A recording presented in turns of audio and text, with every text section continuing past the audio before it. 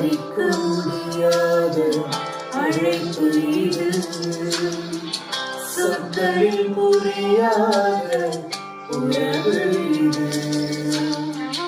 அழைத்தவருடன் வரும் பயணம் இது, யாருக்கும் கிடைக்காத கிருபை இது. விவரிக்க முடியாத அழைப்பு இது, சொற்களில் புரியாத உறவு இது. அழைத்தவருடன் வரும் பயணம் இது, யாருக்கும் கிடைக்காத கிருபை இது.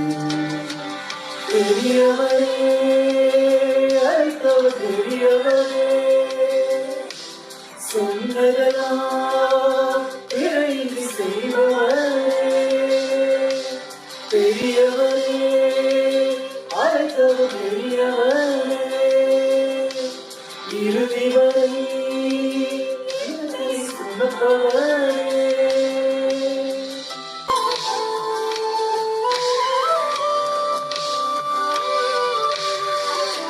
அலங்கோலமாவே நின்று நினைத்தவரும் அலங்கமாய் மாறி நின்றே இருவையாவே. அலங்கோலமாவே நின்று நினைத்தவரும் அலங்கமாய் மாறி நின்றே இருவையாவே. நான் நிற்பதை விரும்பிடும் நல்ல தகப்பனே, நான் விரும்பிடாமல் தாங்கிடும் அஸ்திவாரம் அவரே.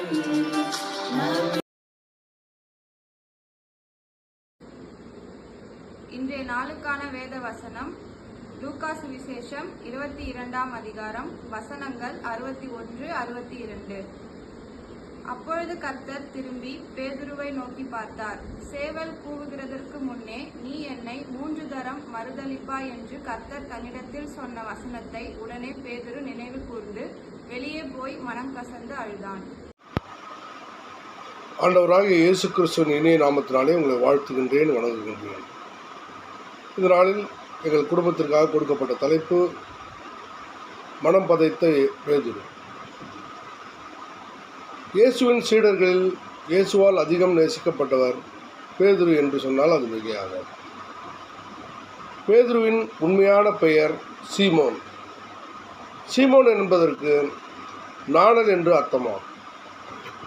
பேதுரு என்று சொன்னால் கற்பாறை என்று அர்த்தமாகும். இங்கே ஆண்டவரோடு அதிகமாக நெருங்கி பழகிய சீஷன் என்பதனால் ஆண்டவருடைய அற்புதங்களையும் அடையாளங்களையும் அதிகமாக காணுகின்ற ஒரு வாய்ப்பை பேதுரு பெறுகின்றதை நாம் பார்க்கின்றோம். ஆனாலும் அவன் தன்னுடைய சீமோன் என்ற பேதுருக்கு ஏற்ப நாணல் போன்று ஆண்டவரோடு இருக்கின்ற போது ஆண்டவருக்கேற்ற வாழ்க்கையும், மனிதர்களோடு இருக்கின்ற போது மனிதர்களுக்குரிய வாழ்க்கையும் அவன் நாணலை போல வளைந்து கொடுக்கின்ற வாழ்க்கையை வாழ்வதை நாம் பார்க்கின்றோம். பேதுரு அநேக அற்புதங்களை ஆண்டவரோடு காண்பதை நாம் பார்க்கின்றோம். அற்புதம், வலைகள் கிழியத்தக்கதாக மீன்களை பெறுகின்ற அற்புதத்தை அவன் பார்க்கின்றான். இரண்டாவதாக, இயேசு கடலின் மீது நடந்து வருவதை பார்க்கின்ற போது தானும் அவ்வாறே கடலின் மீது நடக்க வேண்டும் என்று இயேசுவினிடத்திலே அவன் கேட்கின்ற போது ஆண்டவர் கடலின் மீது அவனையும் நடக்கும்படியான கிருபையை அவனுக்கு தருகின்றார். அந்த அற்புதத்தையும் பேதுரு அங்கே பார்க்கின்றார். மூன்றாவதாக, பேதுரு தன்னுடைய மாமியார் சுகவீனமாய் இருக்கின்றார் என்பதை ஆண்டவரிடத்திலே சொல்கின்ற போது ஆண்டவர் அவருடைய மாமியாருக்கு சுகத்தை அளிக்கின்ற அற்புதத்தையும் அவர் பார்க்கின்றார். இப்படி எல்லா அற்புதங்களையும் அதிசயங்களையும் கண்ட பேதுரு, ஆனால் கடைசி நாளிலே இயேசு சிலுவையிலே ஒப்பு கொடுக்கின்ற நேரத்திலே இயேசு முன் குறித்த அந்த முன்னால் அவனிடத்திலே சொன்ன நீ என்னை சேவல் கூவுவதற்கு முன்பாக 3 முறை என்ன பண்ணும் மறுதலிப்பாய் என்று சொன்னபடி அங்கே ஆண்டவர் ஒப்பு கொடுக்கின்ற நேரத்திலே அந்த வேலைக்காரின் இடத்திலே நான் அறியேன் என்று அவன் ஒப்பு கொடுக்கிறதை நாம் பார்க்கிறோம். ஒரு சாதாரண வேலைக்காரி இடத்திலே அவன் பயந்து தன்னை வெளிப்படுத்துகிறதை நாம் பார்க்கின்றோம். ஆக விசுவாசம் இல்லாததினால்தான் அவன் இங்கே மனம் பதைக்கின்றதை நாம் பார்க்கிறோம். அப்பொழுது அவன் சொல்லுகின்ற போது ஆண்டவர் அவனை திரும்பி பார்க்கின்றதை அவன் பார்க்கின்றான். அவன் அங்கே மனம் பதைக்கின்றதை நாம் பார்க்கின்றோம். எனக்கு அன்பானவர்களே, பேதுரு கண்டும் அவன் விசுவாசியாமல் போனான். ஆகவே அவன் மனம் பதைக்கின்றான். எனக்கு அன்பான தேவஜனமே, ஆண்டவரை நாம் காணாமல் விசுவாசிக்கின்றவர்கள். நாம் எவ்வளவு மேன்மைப்பட்டவர்கள், மேன்மை உள்ளவர்கள். அவன் ஆனாலும் கிறிஸ்து மரித்த பிறகு மனம் வருந்தி ஆண்டவரிடத்திலே ரட்சிப்பை பெற்றுக்கொள்கின்றான். ஆனால் யூதாஸ்காரியோத் அவனை காட்டி கொடுத்து, ஆண்டவரை காட்டி கொடுத்து மனம் வருந்தினானே அன்றி ஆண்டவரிடத்திலே மனம் திருந்தி அவன் ரட்சிப்பை பெற்றுக்கொள்ளவில்லை. நாண்டு கொண்டு இறப்பதை நாம் பார்க்கின்றோம்.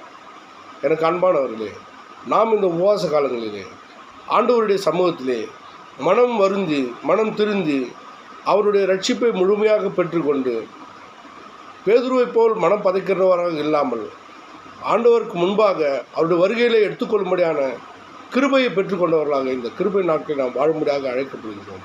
ஆண்டவருடைய வருகை நாட்களிலே அவர் ரட்சிப்பை பெற்றுக்கொள்கின்றவராக நம் காணப்படும்படியாக நம்மை அழைக்கின்றார். அந்த அழைப்பை நாம் பெற்றுக்கொள்ள கர்த்ததாமே நம்மை வழிநடத்துவாராக, ஆசீர்வதிப்பாராக. ஆமென், ஆமென். நேற்றும் இன்றும் என்றும் மாறாத அன்பின் பரலோக பிதாவே, அப்பா இந்த காலை நேரத்துக்காக கொடான் கொடி ஸ்தோத்திரம் செலுத்துகிறோம் ராஜா. தகப்பனீர், நீர் நல்லவர், வல்லவர், கிருபையானவர், அன்பான தேவன் ஆண்டவரே. நீ வானத்தையும் பூமி சிருஷ்டித்த சர்வ வல்லமை உள்ள தேவன் ஆண்டவரே. அப்பா இந்த காலை நேரத்திற்காக கொடான கொடி நன்றி எடுக்கிறோம் ஆண்டவரே. நீர் கொடுத்த நல்ல தியானத்திற்காக நன்றி செலுத்துகிறோம். உடைய வசனங்களுக்காக நன்றி செலுத்துகிறோம். உடைய வாழ்க்கைக்காக நன்றி செலுத்துகிறோம் ராஜா. அப்பா பிதாவே, பிதாவே என்று அழைக்கின்ற புத்திர சிவகார பாக்கியத்திற்கு தந்தவரே உம்மை சோத்தரிக்கிறோம் ராஜா. இந்த காலை நேரத்தில் ஆண்டவரே, குறிப்பாக ஆண்டவரே, எங்களுடைய திருச்சபையுடைய சமூகத்தில் ஒப்புவிக்கிறோம் ஆண்டவரே. திருச்சபை தலைவர்களை நம்முடைய கரங்களில் ஒப்பிக்கிறோம். திருச்சபை ஆயர்களை நம்முடைய கரங்களில் ஒப்புவிக்கிறோம். திருச்சபை விசுவாச பிள்ளைகளை நம்முடைய கரங்களில் ஒப்பிக்கிறோம். அவருடைய குடும்பங்களை ஒப்புவிக்கிறோம் ஆண்டவரே. அப்பா எங்களை ஆசீர்வதிப்பதே உம்முடைய பிரியம் என்பது நாங்கள் அறிந்திருக்கிறோம் ராஜா. அப்பா இந்த உபவாச காலத்தில் ஆண்டவரே, உம்மை விட்டு விலகாத எங்களுக்கு நல்ல கிருபையை தாரும் ஆண்டவரே. எங்களை விட்டு எடுபடாத நல்ல பங்கை கொடான கொடி நன்றி செலுத்துகிறோம் ஆண்டவரே. இந்த நாளை ஆசீர்வதித்து இனி வருகின்ற ஒவ்வொரு நிமிஷத்தும் எங்களை கர்த்தாவுடைய ரத்த கோட்டைக்குள் மறைத்துக் கொண்டு எங்களை வழிநடத்தி காத்துள்ள வேண்டும் என்று அன்பின் ரட்சகராம் இயேசு கிறிஸ்து மூலமாக உடைய ஜெபம் நல்ல ஜீவனுள்ள பிதாவே. ஆமீன்.